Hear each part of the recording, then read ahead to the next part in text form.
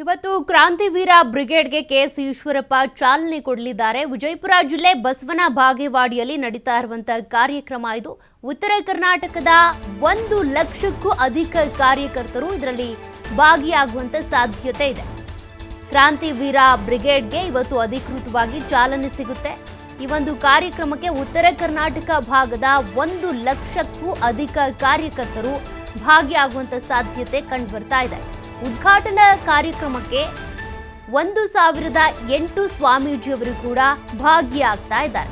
ಸಭೆಯ ಮೂಲಕ ಬಿಜೆಪಿ ರಾಷ್ಟ್ರೀಯ ನಾಯಕರಿಗೆ ಸಂದೇಶ ರವಾನಿಸಬೇಕು ಅಂತೇಳಿ ಸಜ್ಜಾಗಿದ್ದಾರೆ ಕೆಎಸ್ ಈಶ್ವರಪ್ಪ. ಸಿದ್ದರಾಮಯ್ಯ ಅವರ ನಂತರ ಅಹಿಂದ ನಾಯಕ ಅಂತ ತಾವು ಗುರುತಿಸಿಕೊಳ್ಳೋದಕ್ಕೆ ಈ ರೀತಿ ಬಿಗ್ ಪ್ಲಾನ್ ಮಾಡಿಕೊಂಡಿದ್ದಾರೆ. ಈಶ್ವರಪ್ಪನವರ ಅಸ್ತಿತ್ವ ಉಳಿಸಿ ರಾಜ್ಯ ಪಟ್ಟಕ್ಕೇರುವಂತ ಪ್ಲಾನ್ ಕೂಡ ಕೆಎಸ್ ಈಶ್ವರಪ್ಪನವರದು. ಈಗಾಗಲೇ ಅವರ ಪುತ್ರ ಕೆಇ ಕಾಂತೇಶ್ ಅವರಿಗೆ ಟಿಕೆಟ್ ತಪ್ಪಿತ್ತು.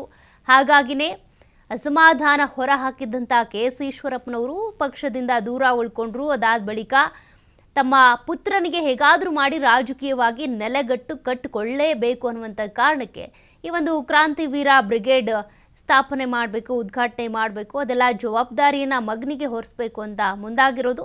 ಇವತ್ತಿನ ಈ ಕಾರ್ಯಕ್ರಮದಲ್ಲಿ 1008 ಸ್ವಾಮೀಜಿಗಳು, ಬೇರೆ ಬೇರೆ ಶ್ರೀಗಳು, ಮಠದ ಶ್ರೀಗಳೆಲ್ಲರೂ ಕೂಡ ಭಾಗಿಯಾಗ್ತಾರೆ. ಇಲ್ಲಿವರೆಗೂ ಕೂಡ ಅಹಿಂದ ನಾಯಕ ಅಂತ ಬಂದರೆ ಅದು CM ಸಿದ್ದರಾಮಯ್ಯನವರು. ಅದಾದ ಬಳಿಕ ನಾನೇ ಗುರುತಿಸ್ಕೊಳ್ಬೇಕು ಅನ್ನುವಂಥ ಕಾರಣಕ್ಕೆ ಕುರುಬ ಸಮುದಾಯಕ್ಕೆ ಸೇರಿರುವಂಥ ಕೆಎಸ್ ಈಶ್ವರಪ್ಪನವರು ಈ ರೀತಿ ಬೃಹತ್ತಾದಂಥ ಕಾರ್ಯಕ್ರಮ ಮಾಡೋದಕ್ಕೆ ಮುಂದಾಗಿದ್ದಾರೆ.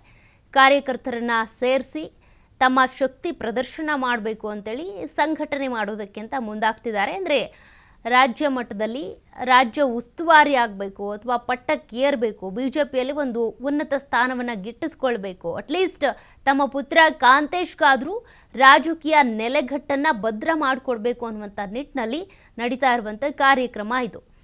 BJPಯಲ್ಲಿ ಒಳಗೊಳಗೆ ನನ್ನ ಜೊತೆಗೇನೆ ಇದ್ದವರೇ ಅನೇಕರು ನನಗೆ ಮೋಸ ಮಾಡಿಬಿಟ್ರು, ಟಿಕೆಟ್ ಕೊಡಿಸ್ತೀನಿ ಎಂದು ಕೈ ಎತ್ತಿದ್ರು.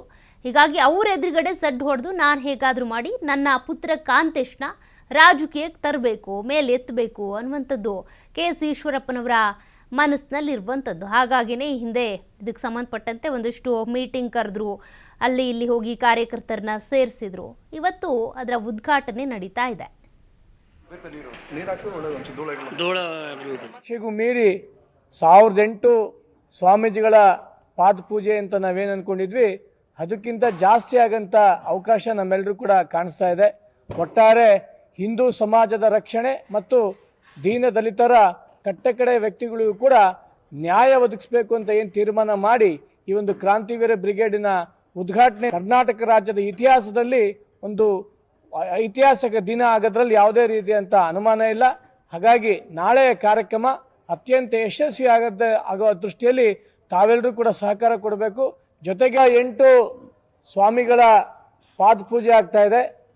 ಪೂರ್ಣ ಕುಂಭ ಸ್ವಾಗತ ಬಸವನ ಬಾಗೇವಾಡಿಯ ನಮ್ಮೆಲ್ಲ ಹೆಣ್ಮಕ್ಳು ಬಸವ ಸ್ಮಾರಕದಿಂದ ಇಲ್ಲಿವರೆಗೂ ಪೂರ್ಣ ಕುಂಭದೊಂದಿಗೆ 1008 ಹೆಣ್ಮಕ್ಳು ಈ ಒಂದು ವೇದಿಕೆಗೆ ಬರ್ತಾರೆ.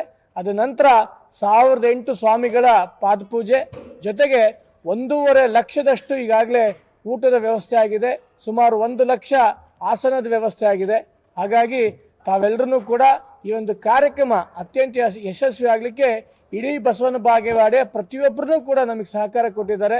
ವಿಶೇಷವಾಗಿ ಈ ಒಂದು ಮೈದಾನದಲ್ಲಿ ನಮಗೆ ಕಾರ್ಯಕ್ರಮ ಮಾಡಲು ಅನುವು ಮಾಡಿಕೊಟ್ಟ ಪ್ರತಿಯೊಬ್ಬರಿಗೂ ಕೂಡ ಸಹಕಾರ ಮತ್ತು ಅವರೆಲ್ಲರೂ ಕೂಡ ಈ ಒಂದು ಕಾರ್ಯಕ್ರಮಕ್ಕೆ ಆಹ್ವಾನ ಕೊಡ್ತಾ ಬರುವಂಥ ದಿನಗಳಲ್ಲಿ ಬಸವ ಹುಟ್ಟಿದ ಬಸವನ ಬಾಗೇವಾಡಿಯಲ್ಲಿ ಈ ಒಂದು ಕಾರ್ಯಕ್ರಮ ಏನು ಆಯೋಜನೆ ಆಗ್ತಾ ಇದೆ, ಮುಂದಿನ ದಿನಗಳಲ್ಲಿ ಕ್ರಾಂತಿವೀರ ಬ್ರಿಗೇಡ್ ನಿರೀಕ್ಷೆಗೂ ಮೀರಿ 1008